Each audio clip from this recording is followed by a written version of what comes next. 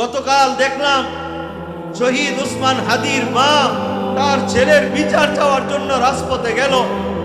কিছু সৈনিক, এদের হাতে অস্ত্র আছে, লাঠি আছে, অপব্যবহার করলো। শহীদ উসমান হাদির মার গায়ে লাঠি পিটা করলো, পেটে লাথি মারলো। আমি বলবো, আজ ক্ষমতার অপব্যবহার করলো। একজন মা সন্তানের বিচার চাইতে পারে, এটা তার অধিকার। এই গণতন্ত্র রাষ্ট্রে একজন মা সন্তানের বিচার চাবে, এটা কোনো অন্যায় না।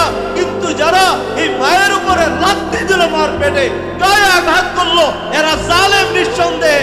এদের বিচার দুনিয়াতে একদিন হবে, হবেই হবে, হবে। কথা ঠিক কিনা কা? আজ সমাজে, আমাদের এই দেশে রাজনৈতিকভাবে ক্ষমতা প্রাপ্ত হয়ে অনেক ক্ষমতাবানরা আছে।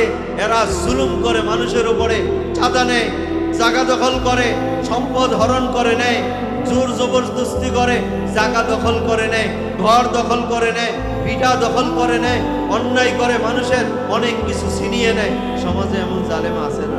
আল্লাহর রাস্তে বলি, ক্ষমতা দেখাবেন না, জুলুম করবেন না।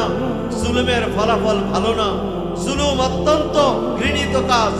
আল্লাহর নবী বলছেন, আজ-জুলমু যুলুমাতুন ইয়াউমাল কিয়ামা, কিয়ামতের দিন জুলুম বড় অন্ধকার হয়ে দেখা দেবে।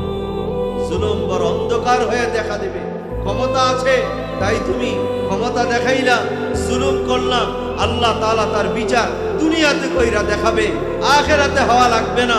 গতকাল দেখলাম শহীদ উসমান হাদির মা তার ছেলের বিচার চাওয়ার জন্য রাজপথে গেল।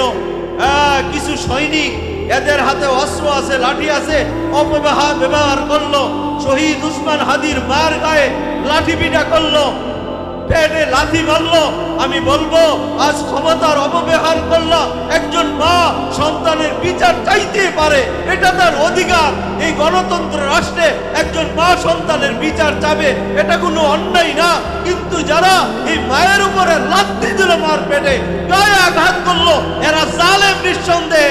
এদের বিচার দুনিয়াতে একদিন হবে, হবেই হবে, হবে। কথা ঠিক কিনা কা?